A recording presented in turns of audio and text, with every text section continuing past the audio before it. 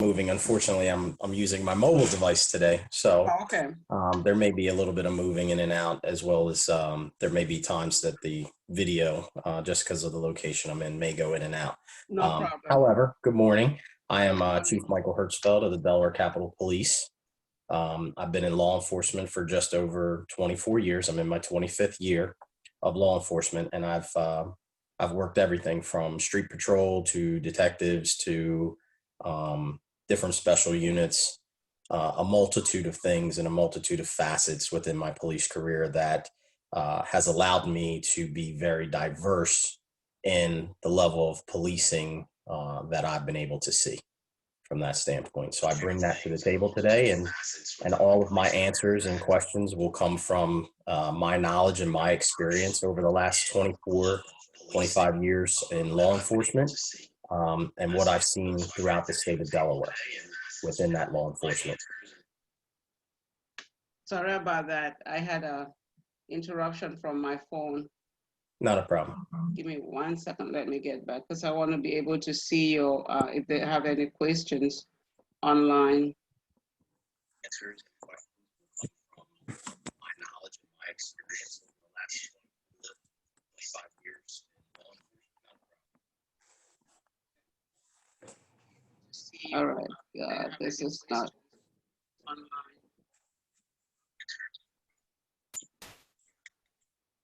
Okay. Sorry about that.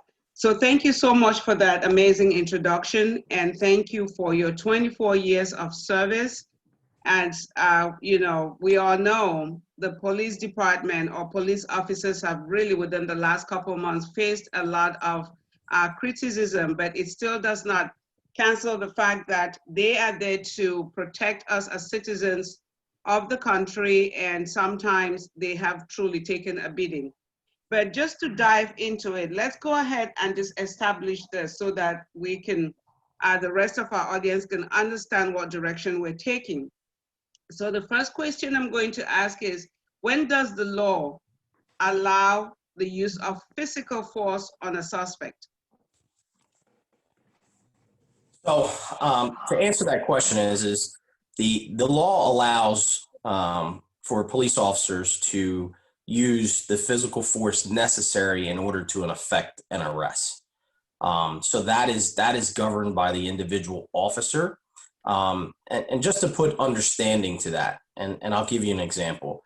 If you have an officer who is, let's say they're 5'2", 130 pounds, and they're arresting someone who is, 6'4", 350 pounds, it's going to take that person, when they're trying to effect an arrest and the person is non-compliant, it's going to take that person to escalate the amount of force that they need just by sheer size, right? And vice versa. If the officer's 6'4" and the person's 5'2", it may take that officer, less force to effect an arrest. So what we see throughout the country, as well as in Delaware, is you see these different instances of why officers are using this type of tactic on a person. Why can't they blanketly use the same force on everyone? But that, again, it depends on the level of where they stand, size, the amount of resistance, how they're resisting, as well as what their skill set is in terms of being able to control people. Officers throughout the country all have different skill sets. One of the things I pride myself on is my level of communication. Fortunately, throughout my 24 years, 25 years, I don't have a lot of use of force instances because I have the ability to communicate very effectively. I was always known as an officer who could go to a riot and turn it into a baby shower, just because my level of communication, I really pride myself on. This job of being a police officer is predominantly how we communicate when we respond to those emergency situations and crisis situations. Now, with that being said, there are situations that you have no control over, and I've had those in my career where you respond to a complaint and you get there and the person's physically fighting. There's no talking that can happen at that point because then you become the attacked. right? Immediately, the minute you get out the car or you knock on that door, you become the attacked. So you were there defending yourself at that point. But to answer the question, it's a broad scale in the sense of officers are allowed to use the force that is necessary in order to effect an arrest from that standpoint. Okay, awesome. So if I hear you correctly, they have to use the force necessary. So it's really individual judgment based on whether the arrest is the suspect is being, it's being resisting the arrest or is attempting to hurt the police officer. So this truly becomes a matter of individual judgment. Would you agree with that? Yes, because you have, and not only individual judgment, it's individual situations. Not all situations call for force at all. Okay. So again, there are situations that you respond to a man with a gun. You're not going to go to a man with a gun and try to discuss something when they're actively involved in it. I mean, so I think the force is met with whatever the description of what that officer is receiving also plays a role into, what type of force they're going to use. If I'm responding to an active shooter complaint, then immediately I'm coming to that complaint with the top level force, which is out of the vehicle, weapon drawn, ready to go in and save lives from that standpoint. So that's not something where you're just going to walk in and have no weapon and then try to use a communication tool to do that if you're responding to an active shooter. So I think, what people need to understand is that based on the description as to what is happening when the police are called in an incident, that also plays a role in dictating what type of force is going to be used from that standpoint. Gotcha. I have to say that, I think culture also has a part to play with this, because personally, coming from a different culture, we're taught to respect everybody in authority. And often when I am stopped by a police officer, I freeze. So there is not coming out of my car. I immediately start to apologize. And sometimes when I hear all the struggles with police arrest and all of that, I think about myself and what I have done in the past. And I just start apologizing because I see that if they're stopping me, I've done something wrong. But seeing all the other issues on media about, the struggles with arrest, that makes me think, or if I try to resist, like you just said, it could get worse. It could get ugly. So I start to apologize just to calm the situation down. And I can honestly say, maybe if all citizens could just remember that fact, that if you're indeed stopped, do not resist it, like you just said. Try to stay calm and let the officer explain to you what you did wrong.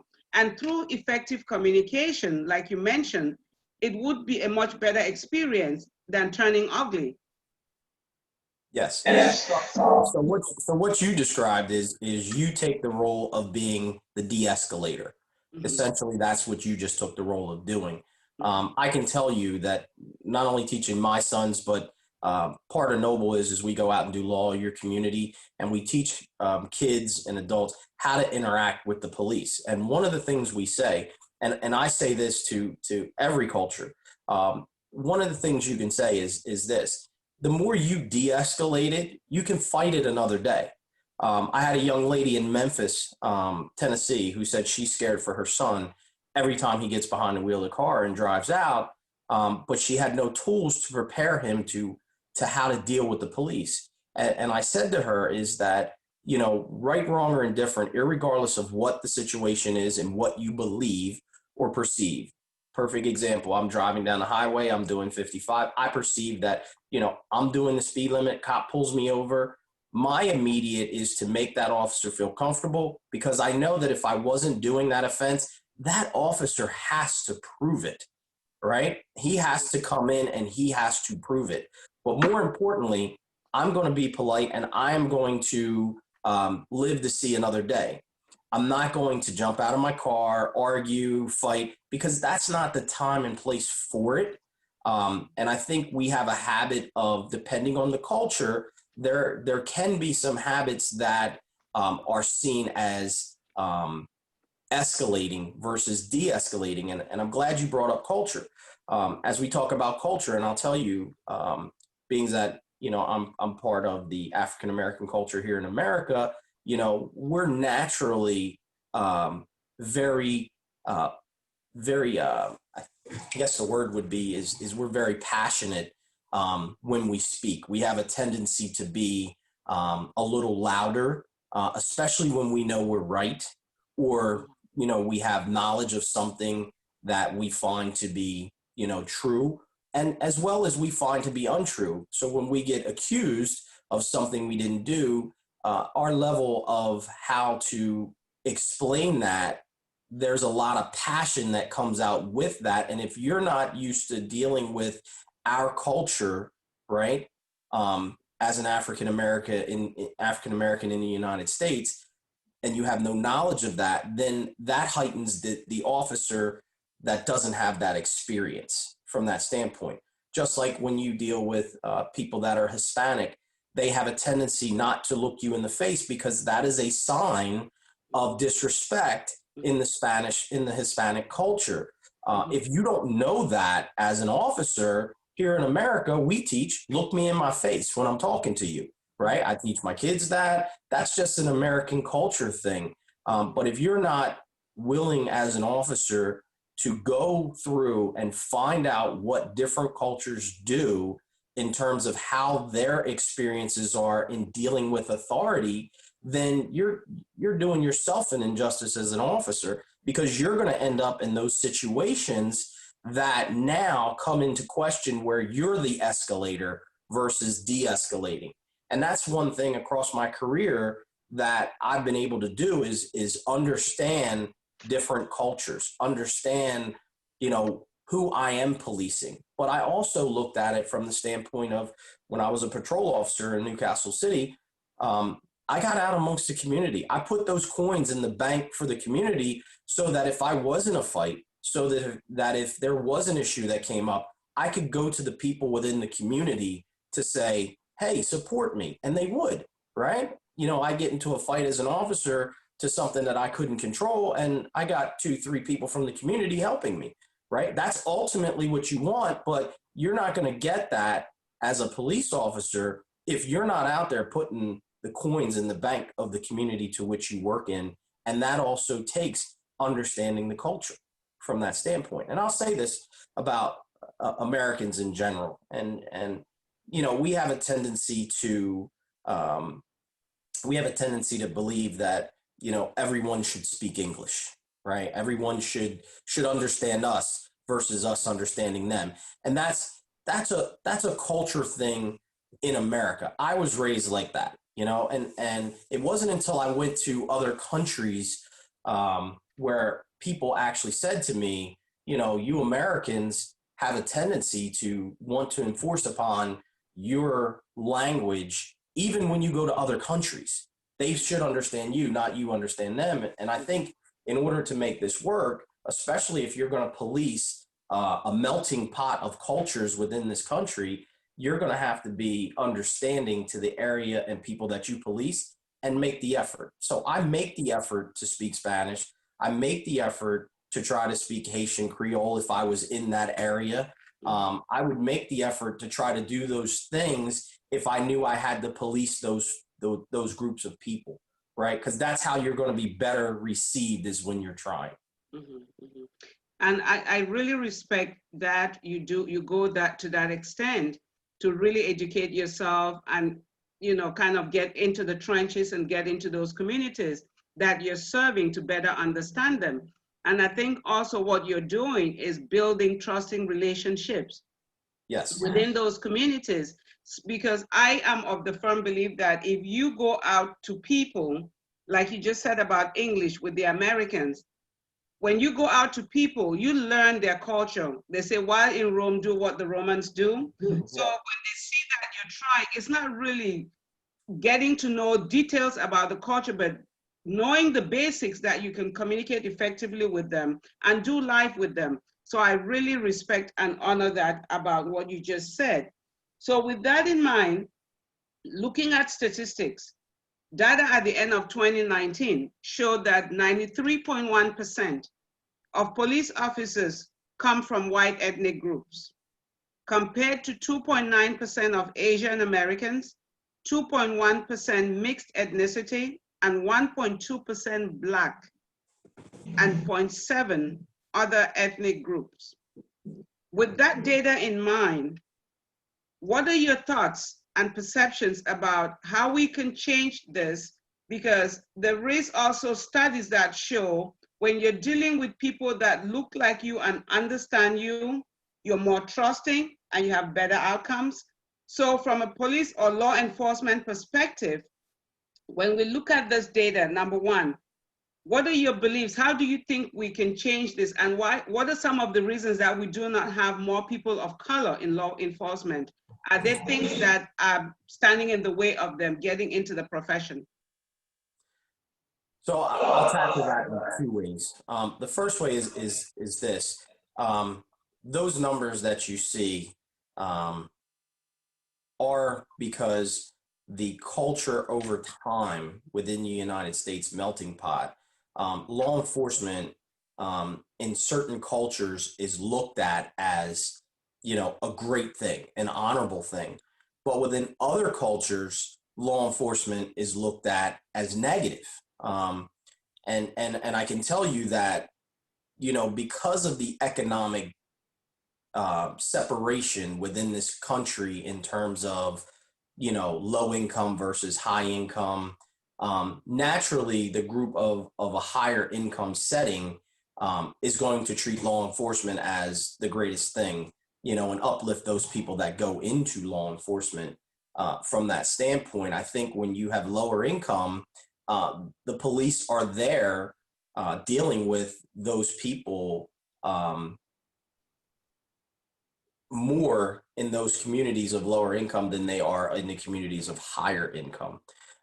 So I think there's an economic piece that plays into the role of the number of, Caucasians, Hispanics, Blacks, any other ethnic group that is in law enforcement. And even when you look at and I'll say this, in my culture, African Americans, like, the reason why I became a police officer is because I had family members that were police officers and I saw the honorable things they were doing.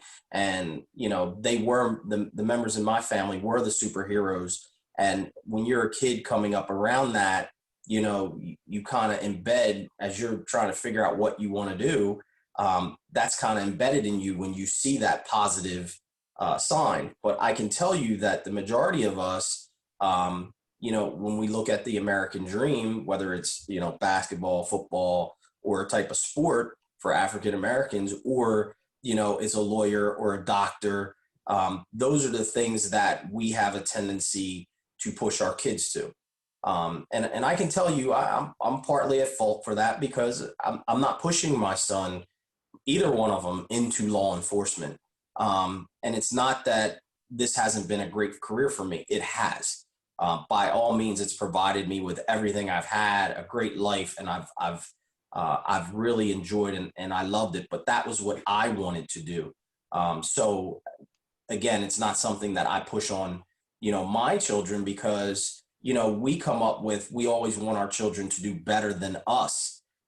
So for me, pushing them to what their top academic potential is crucial to me. So in that being crucial, they're looking at all the other opportunities and fields outside of law enforcement. Now, one day, will they choose law enforcement? They may. Will I accept it? Absolutely. I'll be the proudest father of all. But I'll tell you, I'd be proud if my son was a garbage man. It doesn't make a difference to me.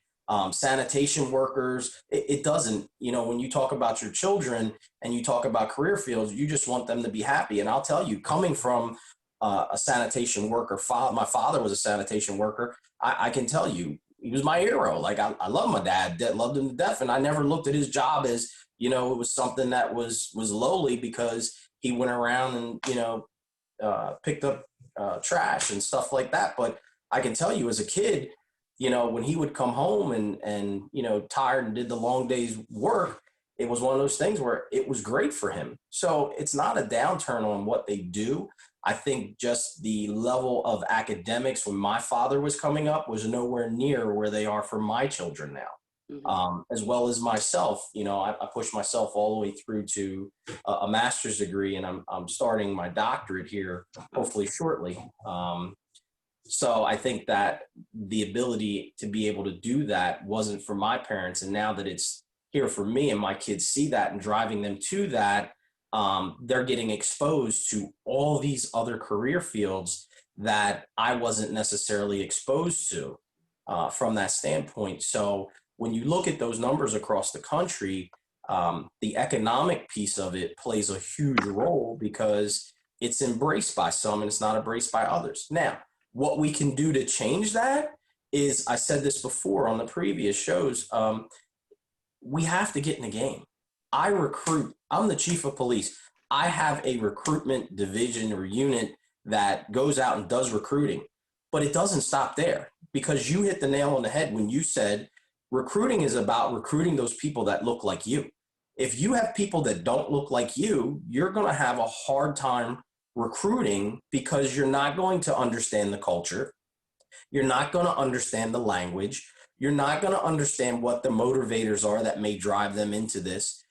You're only going to be able to explain the benefits of it. But when you have a media and a society that constantly, downplays things that the police are doing, and not highlighting all the good, because there are programs, and I'm not harping on the media, but the media does show some good things, but they show more of a multitude of bad things even before the civil unrest.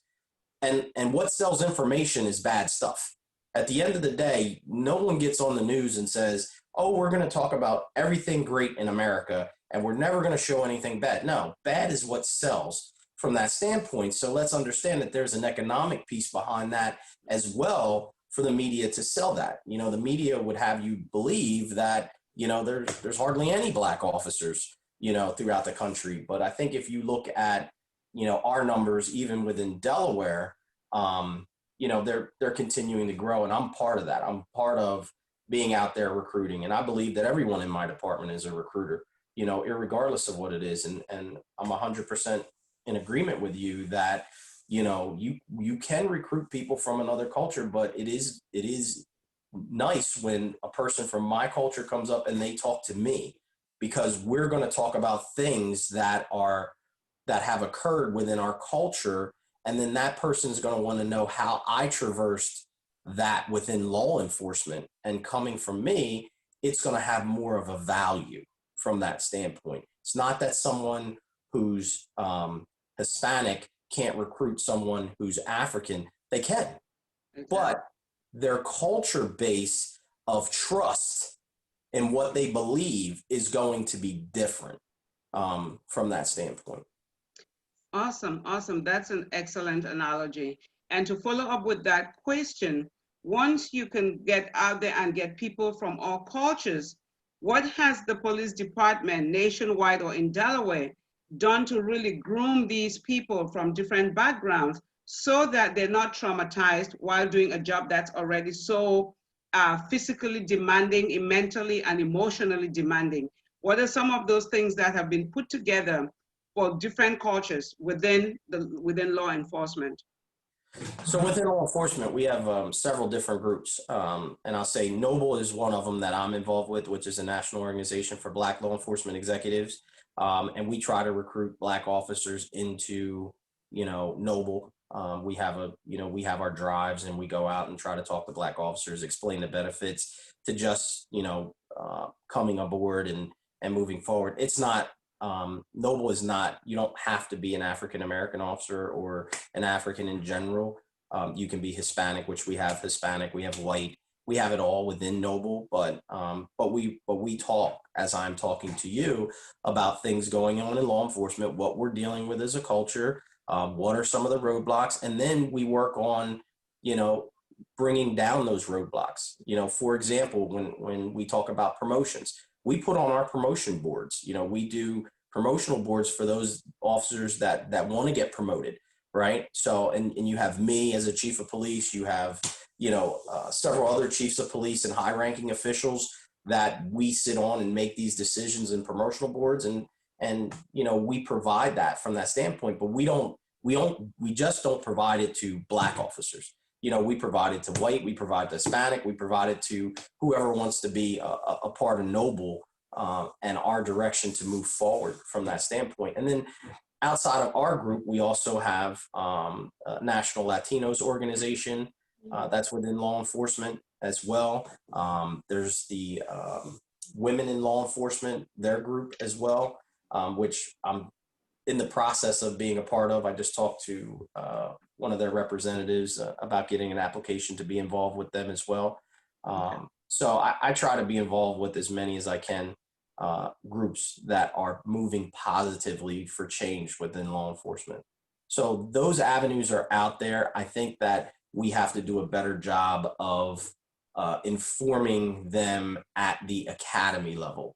So, one of the pushes I think that we'll be moving toward in the next year, at least I will be making the suggestion as the second vice president of the Delaware chapter of Noble, is trying to get a slot in some of the academies to come in and tell them what we do and show the advantages of being a part of our group within law enforcement and just working together. And I'll tell you, the more we become diverse on that end, even within, our local chapter, it allows those officers that want to join to really get an opportunity to see us, to talk to us, to socialize with us, because you have people of certain cultures that don't come outside their culture. You'll have, someone who's Hispanic that, 8 hours a day, they deal with other cultures while they're working. But then when they go home, their whole group and their whole surrounding is Hispanics. Same thing with minorities, with Blacks, same thing with Caucasians. And I think you truly, by only surrounding yourself with those groups, you truly don't get that opportunity except for when you work to try to understand different cultures. If you don't get out, if you don't go and interject yourself with the different cultures. And it doesn't have to be, you got to go find a Hispanic friend or find a white friend or find a Black friend. I'm not saying that, but immersing yourself in the culture could be going to a cultural event. It could be going to a community center. It could be, it could come down to eating, trying some new food, and then talking to the people within that culture. It doesn't mean that you have to, in turn, go find a bunch of friends that are multiracial to make yourself diverse. Exactly. But I think if you do that, you allow yourself to be a more well-rounded officer when you're dealing with people within the community. One of the things I can tell you, I'll make this real quick. One of the things I can tell you about Capitol Police officers, they deal with all cultures, all races, and socioeconomic levels as well. Because in the court system, everybody, irregardless of who you are, if you live in Delaware, you're going to get a jury services notice, right? So we have this melting pot constantly coming in the courts. When you look at the Wilmington, the Leonard L. Williams Justice Center in Wilmington, you have Chancery Court, which deals with the super rich, but they deal with a broad scale of economic levels, right? They can deal with, we had Disney come in that was getting sued and all high-powered lawyers. So, our officers have to deal with those group of people because there's a different mindset. They're not used to being screened. They're not used to, and how they're talked to is a different level of language that's used. But then, they go all the way down to someone, who's on public assistance that, in the communities that they're in, there's a different type of language and a different type of way that they deal with the police. So, within my environment alone, our officers on a daily basis deal with a multitude of not only cultural, but economic base as well. Yeah. Yeah, and you hit that right on the head. When you're talking, one of the things that came to mind about these different cultures is I think sometimes people shy away based on the rejection they've received previously, because I strongly believe that our community is still lacking. There's progress being made, but I believe that there's still some lack in terms of the inclusion piece of diversity. We keep talking about diversity, but there's no diversity without inclusion. And a lot of communities feel not included, they feel not wanted. So I think that really comes from that situation where you've gone somewhere and you don't feel like you're on the table. And I love your statement about get in the game. Some people try to get in, and I think identity issues get in the way, not knowing how to navigate the system, not feeling that sense of welcome within different organizations have definitely played a factor. And I always go back to my story. If I had listened when I first came to Delaware, someone telling me that I could not apply for a job because I was a woman and with an accent, I probably would not be here today. So it is the perceptions and the preconceived notions. So with that, I think we have to do a better job of getting in these communities and really engaging. And with the current situation, knowing about police brutality, it's not a pleasant thing. It's quite critical. It does cause a lot of social and interpersonal problems and has a massive impact on the development of the whole country. But you as a servant leader have been in the trenches, you've been out in the fields, we've been out with young men and women protesting, you were down at the green, talking to them. Not every police officer around the country or every police chief did that.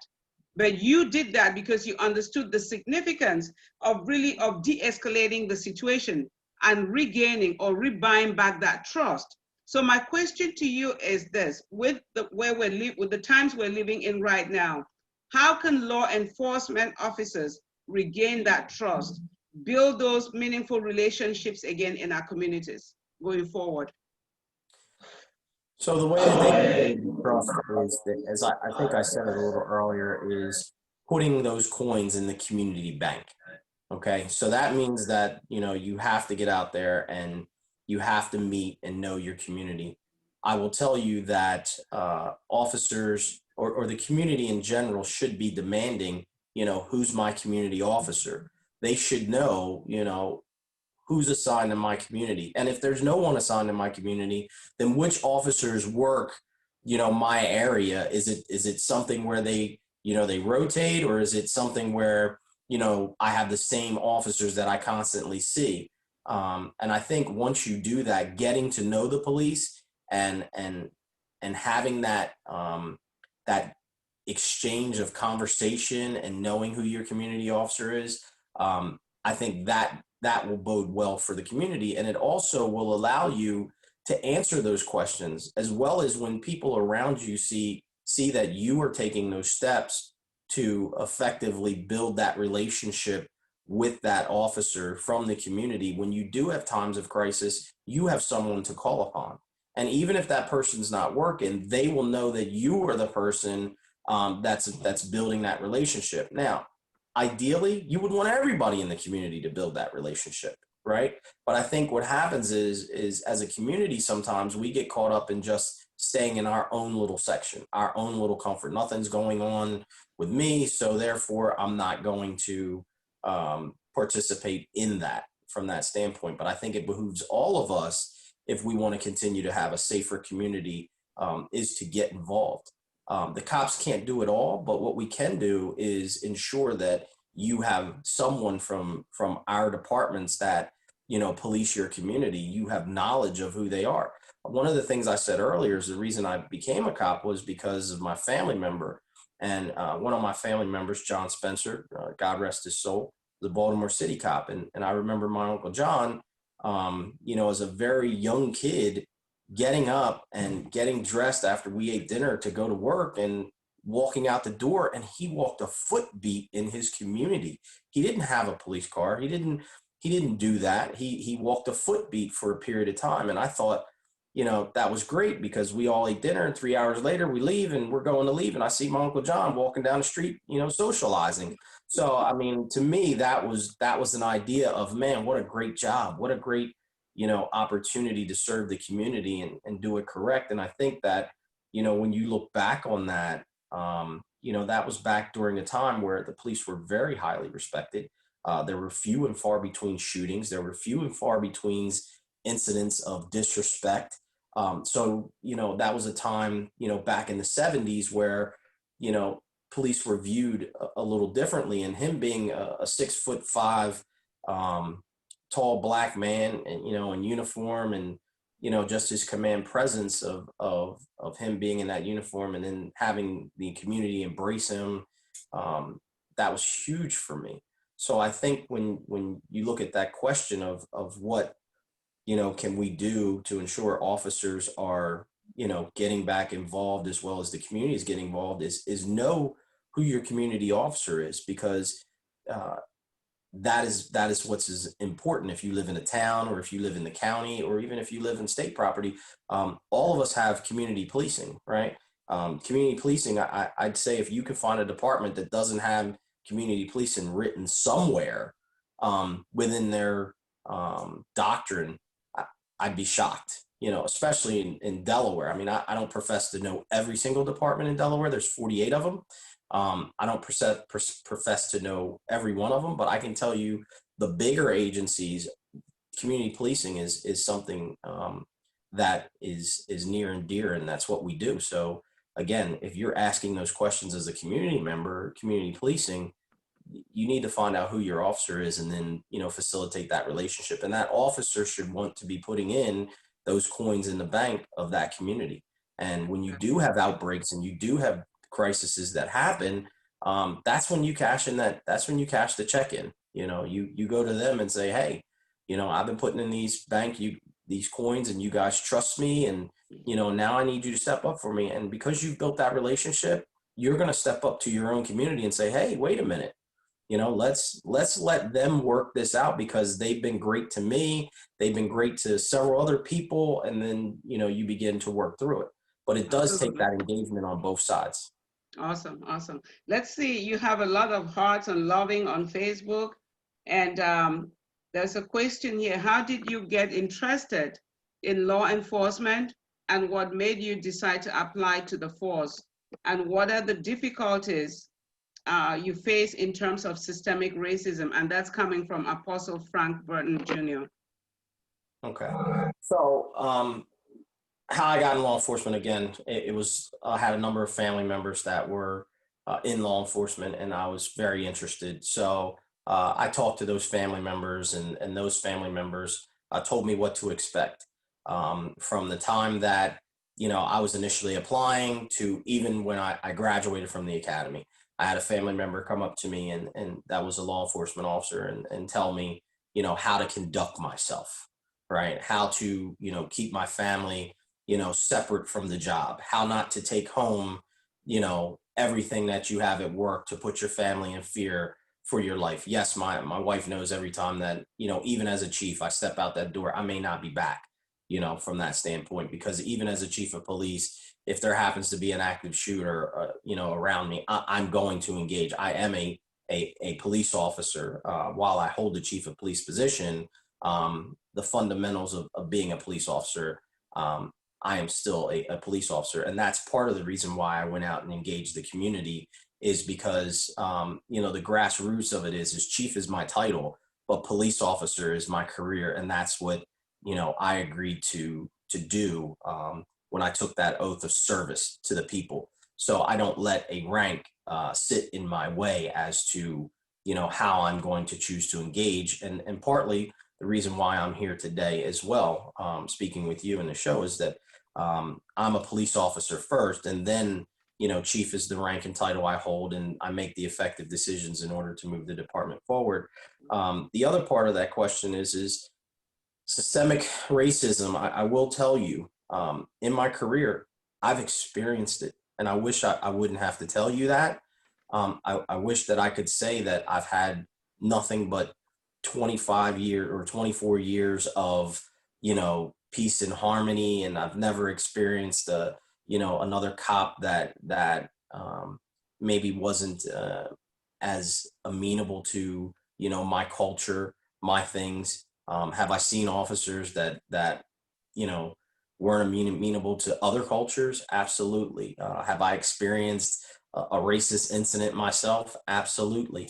And the way that I traverse them is the same way that I traverse dealing with officers that are out on the street that, racial profile. I deal with them all in the same way. And the way I deal with that is comply and then back it up. So for me, even as a police chief, before I speak, I make it a point, especially as a Black man, to go out and do the research, have the documentation, even the case law in some instances, depending on what I'm dealing with, to support what my argument's going to be. If someone is, if it's a racist situation, again, that's not immediate, you know, then how I traverse that or deal with that is go find the research that supports what I'm going to be preferencing or directing in that direction. From that standpoint, part of my career is I'll tell you, I had a white officer calling me, college boy. At one time, I was going to college while being an officer. So for me, I graduated high school. I went to college. Didn't have a great experience in college. Came home and went to a community college. Became an officer after I graduated from the community college. And then while I was working as a street officer, I went back to college. And a lot of people didn't like that. And while you might not say it was racist or not, but people giving you labels and names is just another term of systemic racism. So, for example, me going to college and officers choosing to call me college boy this, college boy that, it's basically a demeaning term without saying, a racist term, but it's pretty much like, how dare you think you're going to be better than me because you go to college? That's what the word college boy is. And it turns into something where you either feel ashamed of it or you embrace it, as I did. And then not only do you get your undergrad, you go back and get your master's, right? Again, that's one of those things where, I've been able to take that as a roadblock within my career, and then, take the extra step and move forward. And that comes from my parents. I have, I had a mother and a father, and even though my parents, separated during a period of time, I'll say this to you, in my life, one of the strongest Black women that I've ever met, and fortunately been able to, learn a lot from, is my mother. And my mother was always was like, if they think low of you, you get more. If you think that, you got to compete with somebody equal, you go out there and you work 3 times harder. And to this day, 68-year-old lady, she's still working hard after she retired from that standpoint. So again, my mother has always been the driver of me, and my success is because of the foundation that, my mother and my father provided, but more so my mother. My mother was the one that told me how to carry myself, told me to be very articulate when I'm speaking with my words, constantly stayed on me and constantly told me that there's nothing that you can't do, Michael. You are one of these people that you can traverse anything, anywhere, anytime, and be anyone. And with having that support, that's why I'm where I am today, is because of how I was brought up in terms of that, and having that mother that was able to do that. Beautiful. Mothers know best. Yes. And, like we said earlier, that one word, identity, being able to own who you are and being able to challenge those who have given up on you by virtue of your skin color, by virtue of your accent, by virtue of your ethnic background.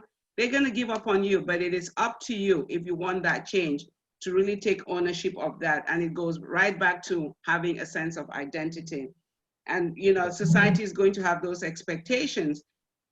So how do we really, as people of color, fighting this war against racial inequality and seeking for social justice, how do we begin to put in the minds of young men and women who have been told they're not good enough, who have been told they can maybe only be housekeepers or work in warehouses?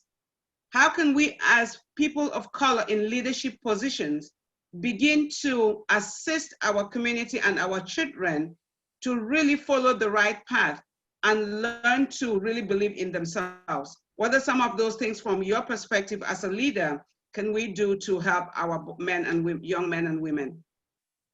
So again, just as I said, that in order for us to change law enforcement and get what we want, the community wants, and the driver forward is getting into the game. For those of us that are in the game, we have to stay engaged. Part of my role as a police chief is I understand being a part of Noble, being a part of other community events, being involved in, youth athletics, being involved in anything that is out in my community where I'm going to come across those people and say, hey, have you ever thought about being a police officer? Have you ever thought about, doing this within a career field?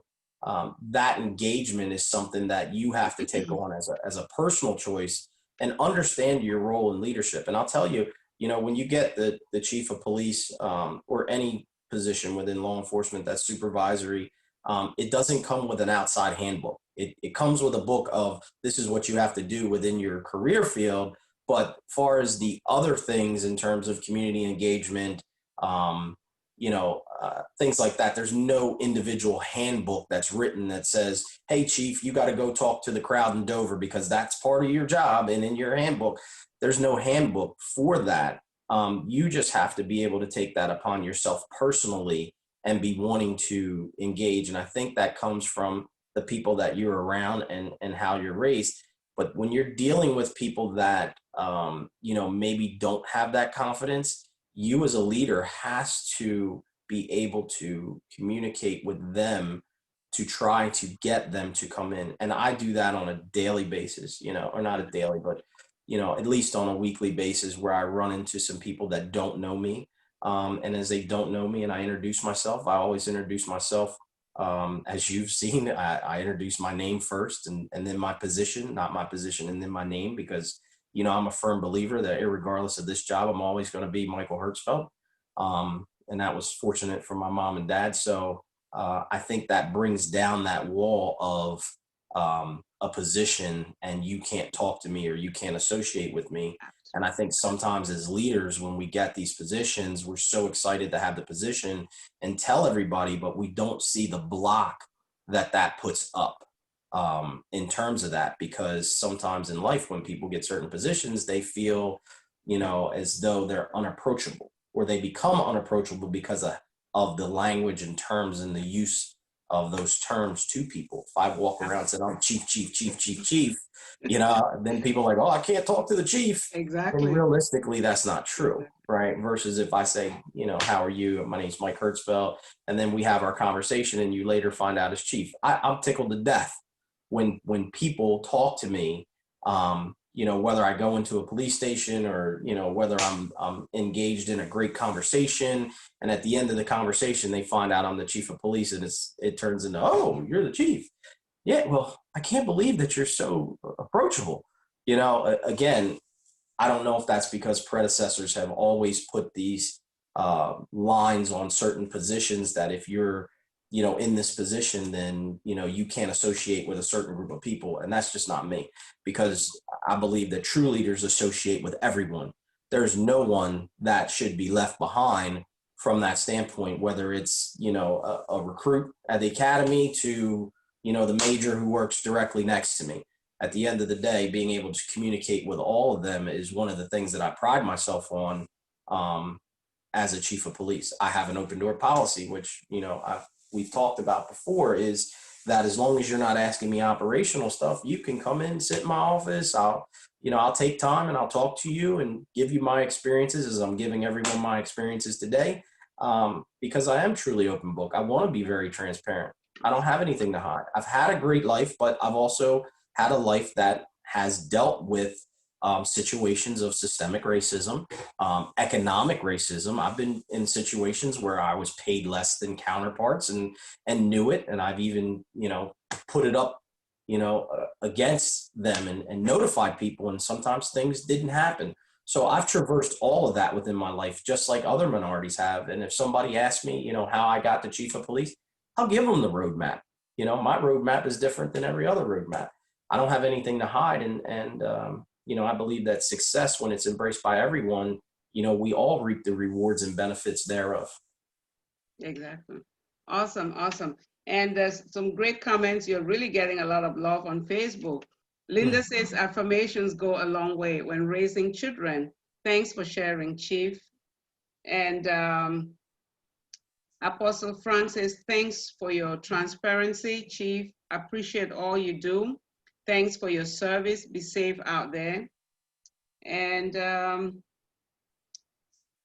Eliza says, very enriching. I'm loving this. And Divine has a question. He says, what are the metrics for measuring appropriate force?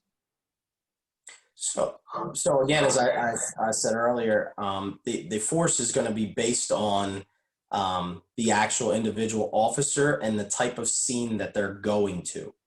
So the individual officer and their skill set will determine, what level of force is needed, as well as the situation that they're going to. If you're going to, a cat in a tree, you don't take your stick out and beat the tree down to get the cat out of the tree. Again, it just depends on what your level of training is, what your skill set is, as well as, the situation that you're responding to.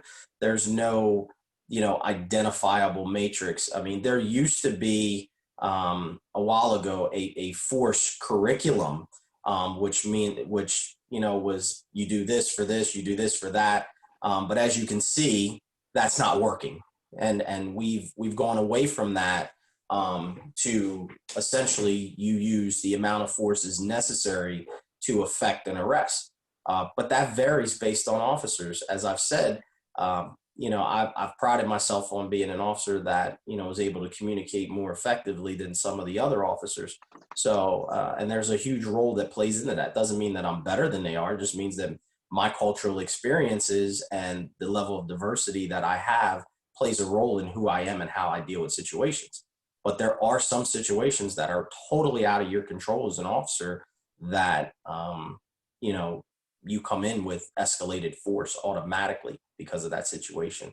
So there's no one size fits all for officers because we're not one size fits all. This country's not one size fits all. So I think that, as we progress forward with this police reform, a lot of people want a one size fits all. And I just don't want to be naive to believe that can happen because our society is not one size fits all, right? We can put in some controllers, but the one size fit all and everybody has to do blanketly this is just an unachievable goal. Definitely. It does not work like that. I want to be mindful of your time. So I got to get this in. On Thursday, we witnessed Governor Carney sign House Bill 350, banning the use of chokehold except in extreme cases. And he said this was impactful, directing law enforcement on what is appropriate use of force. And it is also symbolic, and it's a commitment to the police reform raised by the Delaware Legislative Black Caucus among one of the many Justice for All agenda items.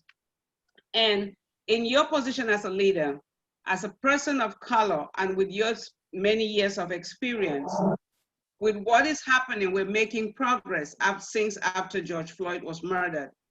Some may say they're baby steps. Some may say this period is unfortunate. Some will say they're fortunate because this has served as a catalyst to get us talking about things that we have put in the back burner.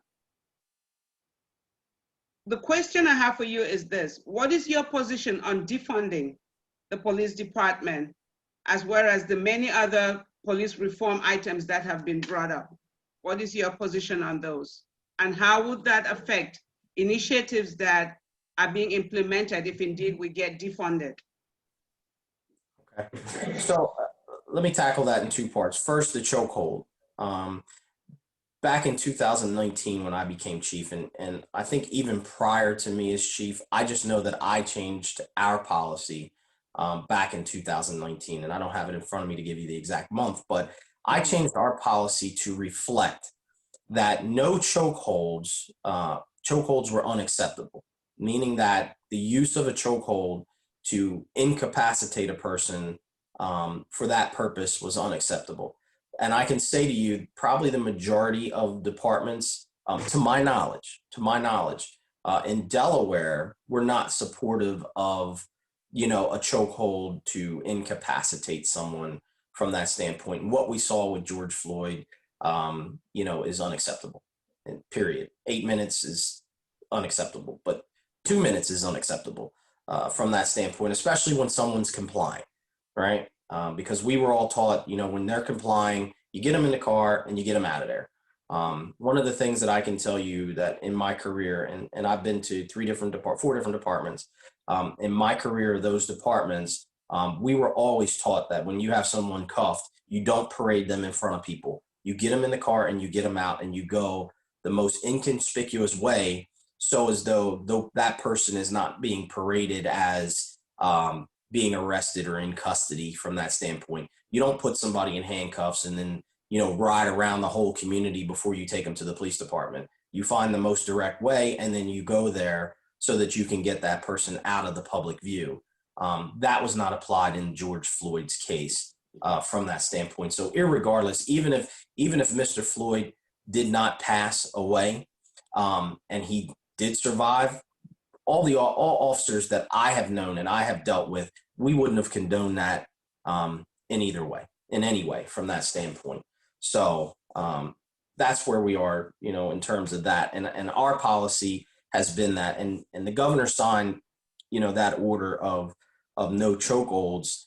There was some concern, and I'll tell you the concern is because if you were a wrestler, or if you're taught that if you control the head, you control the body. I've heard that from, I was a wrestler in high school and we were taught that. That's something that we were taught. But again, that was a game, right? We both joined it. We both agreed to be wrestlers and that was acceptable. That's unacceptable when it comes to policing. And that's not a popular answer. I can tell you, I'm not going to gain any friends on making that statement, but a person that you're dealing with hasn't agreed to be choked, versus when you're in high school and you're wrestling, right? Or you're in a sport where you're doing something. My son plays baseball. Getting hit by a ball, it's what he signed up for, right? But to take a baseball and throw it at somebody in the community, they didn't sign up for that. They're not playing a game. So that breaks it down. I think that, the governor's order was great. I think that what you'll see is that the majority of departments were already had a no chokehold policy. So it further supports those departments, and the departments that didn't have a chokehold policy, now they're going to have one. Again, that goes toward police reform, but I think Delaware is one of the better states, if not the best state, when it comes to, dealing with change and reform. Again, because all of our police chiefs, we get together, we do effectively communicate with each other. And we pass on a lot of things. And when there's a department in need, we all step up to the plate to cover each other. We're not, infighting amongst each other, and I'm not helping this department or helping that. We all work together. And I think the reason why that is because we do have a state chiefs meeting once a month from that standpoint. So chokeholds, I applaud the governor for being willing to step forward, as well as the Black Caucus, to move the needle forward. I applaud them for doing it, and certainly looking forward to, the new changes that they also have coming out for reform, because it's always good to continue to move, because society is going to continue to grow. We should grow too. And we have to be acceptable to that. And we have to change our ways, and we'll move forward. One of the things that we have to understand is we all say it as cops, no day is the same as yesterday. So for any cop that says they don't want to adapt to the changes, it wouldn't be right from that standpoint, because you're in a career that we know that no day is the same as the previous day, which means that change is a part of our daily lives in policing. So this too will change, and as it changes, we'll adapt to it and we'll move forward and ensure that, people that can't comply with it, will definitely be not a part of the career as they begin to move forward. The last thing is the funding of police. My stance on that is defunding the police is not going to solve anything. I think that we need more programs within communities out there, so that, when it comes to our children, or it comes to, adults that need services, that whatever funding that we can direct toward that would certainly help the police, in their dealings with them.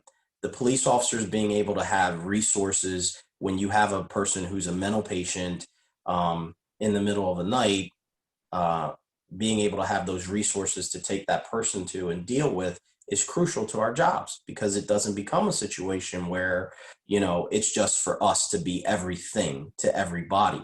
And I think for years, policing has been, we're everything to everybody. If you try to tell me as a cop that I wasn't a social worker, I'll be the first one to tell you you're sadly mistaken, but I am.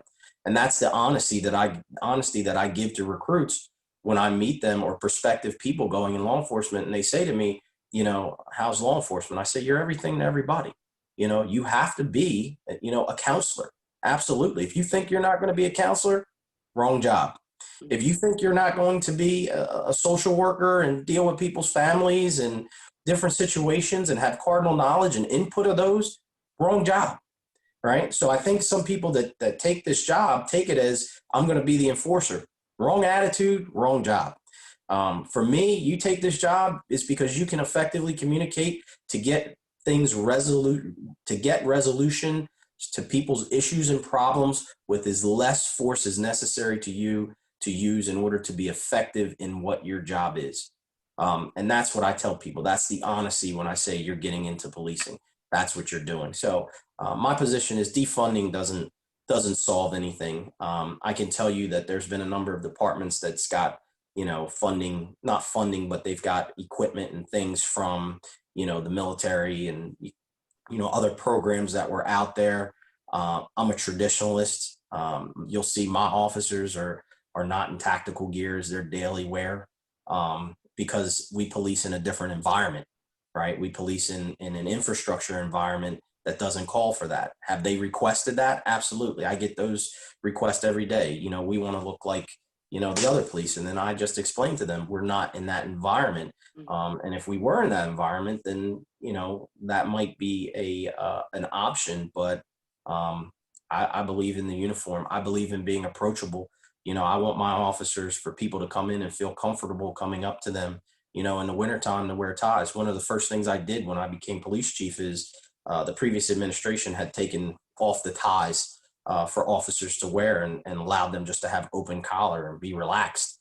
The first thing I did, my very first order, was put the ties back on, because it shows a level of professionalism, but it also goes with people wanting to be able to approach somebody and ask those questions and then get those intelligent questions coming back. And that's what sometimes what you wear dictates. If I came on today and I got my hat turned backwards and, I'm wearing a sweatsuit, not that I don't have trust or belief in what I'm saying, the presentation doesn't fit the situation, right? So again, when we look at presentation, it has to fit the situation. And that's what I say to people all the time, is be very mindful of your presentation. That's why we like officers to be presented a certain way. That's why we have inspections, to ensure that they look a certain way.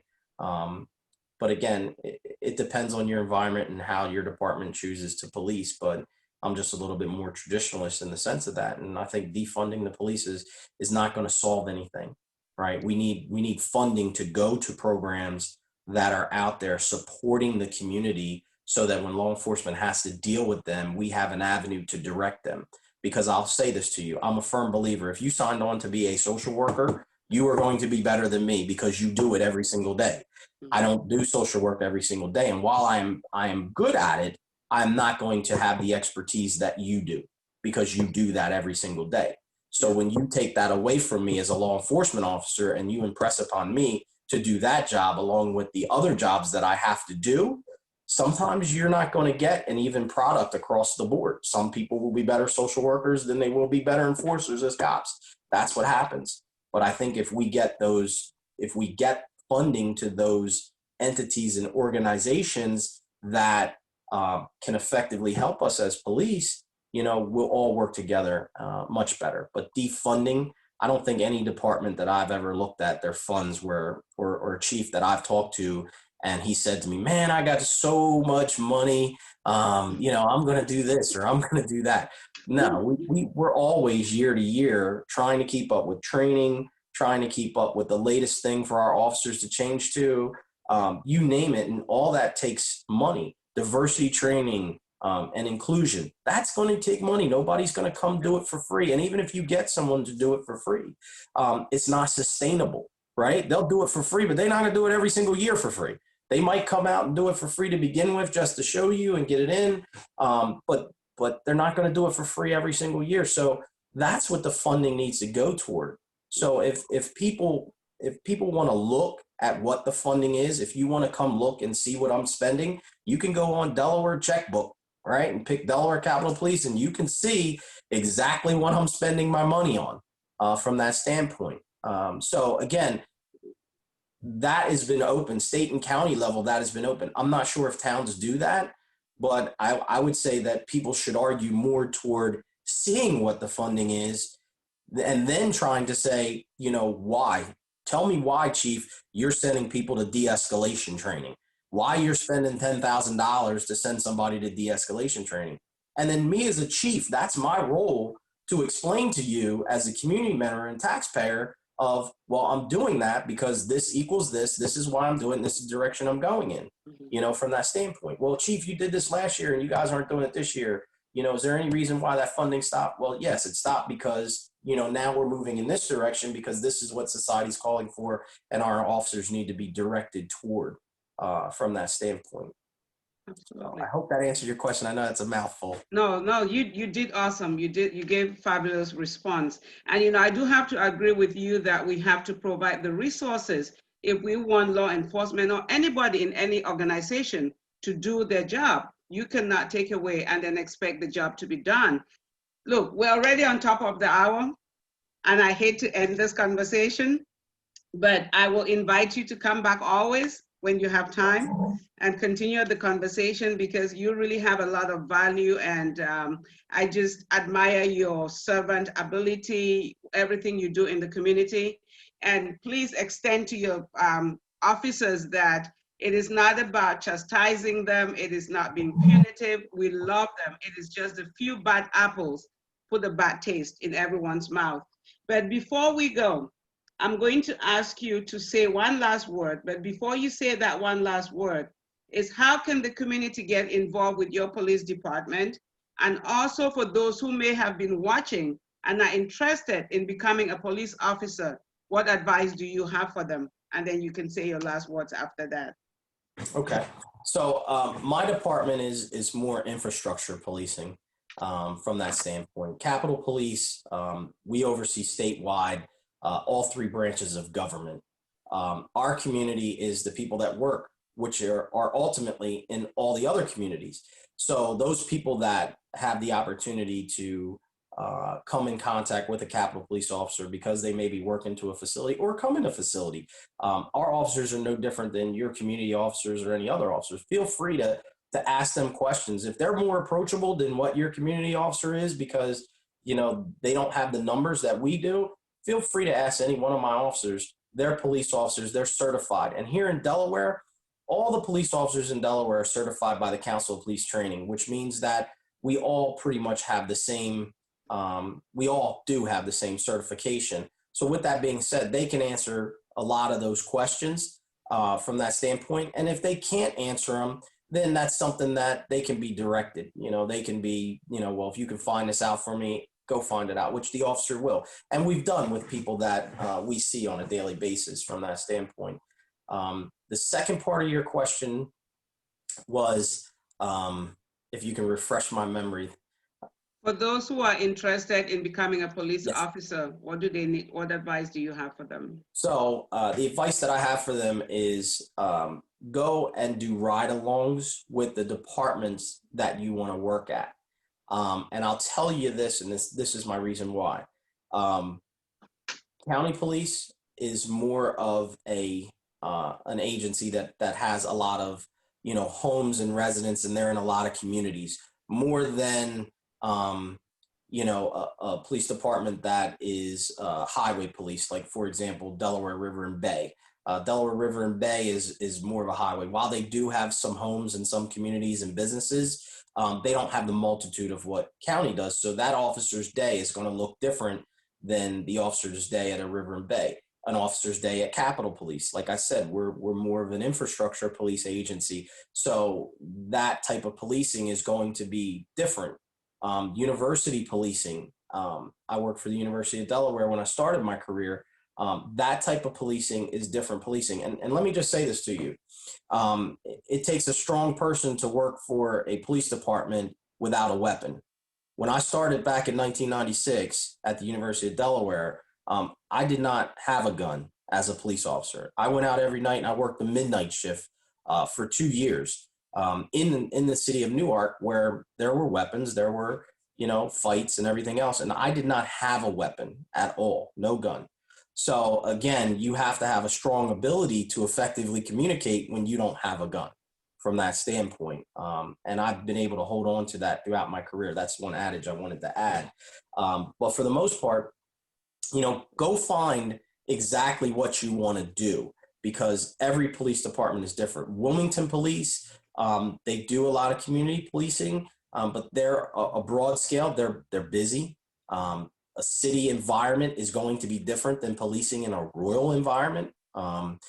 Just your response times, your backup, the things you see, the socioeconomic backgrounds that you see within a city are going to be different than, maybe the ones that you see every day out in a rural community. So again, knowing which the right police department for you is there for you to go out and traverse and, do ride-alongs. But ultimately too is remember this, and fortunately for me, it's worked out in my career, is if you're doing it, you don't have to. If you don't like what you're doing or that type of policing, you're not caught with staying into it like the military. You sign up the military for 3 years, right? You can't leave, you can't go anywhere. Well, if you take on the role of being a cop and you realize that it's not for you, then it's better that you leave it before you hurt someone or don't help someone versus staying into it. And I think there's been a number of officers who have just stayed but didn't care for the things that they were doing within the job.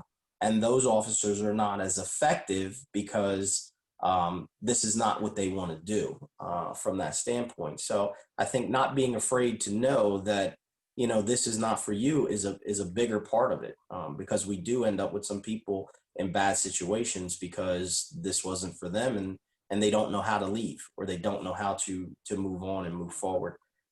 In closing, I'll say that, everybody has their own story, and all of us every day that we're out here, including today that I'm speaking to you and the folks out on Facebook, which thank you for tuning in. And, if anybody has any questions, after this, certainly they can be forwarded to me and I'll do my best to answer them. But everybody has a story. You have to choose what your story is going to be, because one thing that is consistent to all of us is time, right? We're all going to be in a group that is a protective class, which is the elderly, right? All of us are going to be that. So you may have a group that is, white, Black, Hispanic, but one thing we're never going to get away from is we will all be elderly. And when you look back on what your story was, at some point in your life, you're going to question, were you able to effect change? Were you able to impress upon, someone the direction that was good for you to go, right?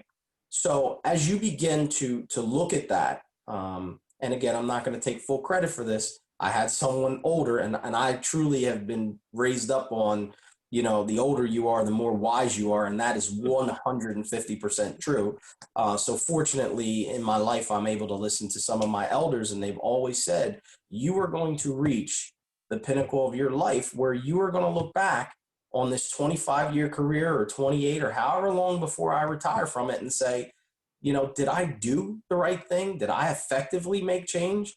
And you want to be able to say you did. Don't get to that point in your life where you're looking back and you're regretting things that you didn't do, things that you didn't say, or people that you didn't effectively make change with. And I think that's my story, and that's how I perceive to move forward. So I thank you, Dr. G, for this opportunity to come on and talk to the folks that are following you, as well as that are out there on Facebook, and share what my experiences are and how I've been able to do things. In my opinion, and again, because these are my opinions, they're not every chief's opinions, but my opinion of where I am and where I'm moving law enforcement and the needle that I continue to push. Thank you. Awesome. Awesome. That was beautiful. I am so grateful for you spending time with me today. And please, open invitation anytime. You're more than welcome back. You know, I'll be reaching out for that so we can continue these conversations. With that said, let me just take a peek here and see if there's any other questions. There's nothing else on here but just love. So again, thank you so much for sharing those wonderful experiences and advice. And for those of you who are looking into going into the police academy or police force, please write along and find out if what you're looking for, if you're suitable for what particular department. So do your assignment that Chief has given to you, and then you'll be more informed to make better decisions. Again, Chief, thank you so much, and stay safe and have a great rest of your weekend. Thank you. Have a good day. You're welcome. Bye-bye, you too. And thank you to all our guests for tuning in, and we all love you and have a wonderful weekend. Bye-bye.